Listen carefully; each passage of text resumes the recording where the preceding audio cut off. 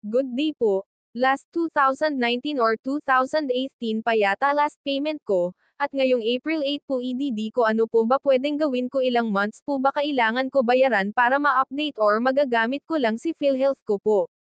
Kailangan may contribution po kayo from January to April 2025.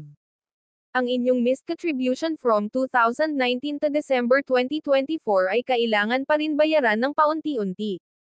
Tinitiyak ng PhilHealth sa ilalim ng Universal Healthcare Law na agarang makagagamit ng benepisyong pangkalusugan ang lahat ng Pilipino. Ang kakulangan sa contribution ay hindi hadlang upang hindi makakagamit ng benepisyo, ngunit tandaan, ang kakulangan sa contribution ay dapat paring bayaran dahil ito ay ating raise posibilidad bilang isang member.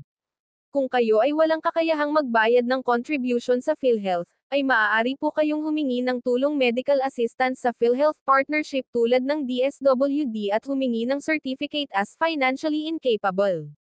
Magtungo lamang kayo sa malapit na tanggapan ng DSWD at magdala ng mga sumusunod: valid ID, Certificate of Indigency na makukuha sa inyong barangay, at isumite ito sa PhilHealth upang libre ninyong magagamit ang inyong PhilHealth na walang binabayarang contribution.